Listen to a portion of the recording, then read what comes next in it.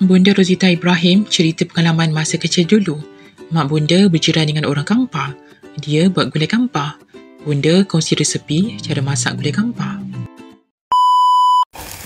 Hari ni saya nak share pengalaman saya kecil-kecil dulu kan. Mak saya berjiran dengan orang Kampar. Dia buat gulai Kampar. Gulai Kampar ni bawang merah, bawang putih. Lepas tu yang ini adalah ketumbar. Ketumbar dengan buah keras. Dia digoreng. Macam tu ditumis.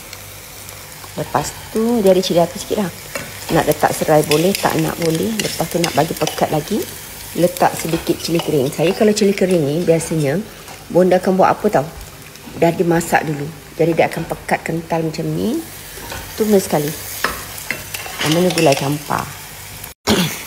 Dah balik-balik macam tu kan. Nak letak asam kuping boleh, tak nak pun boleh. Saya kalau lebih santan sebelah kecil je, itu pun tak habis. Sekali masak tak habis.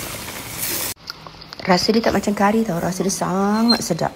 Dan ini kuah dia pekat. Nampak tak? Dia bukan kari tapi gulai Kampar. Bahannya ketumbar je. Tapi saya letak buah keras. Dan nak letak belacan pun boleh.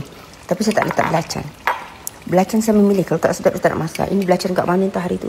Tak sedap. Saya berceritakan macam-macam lah aku ni dengan korang berjiran, ya.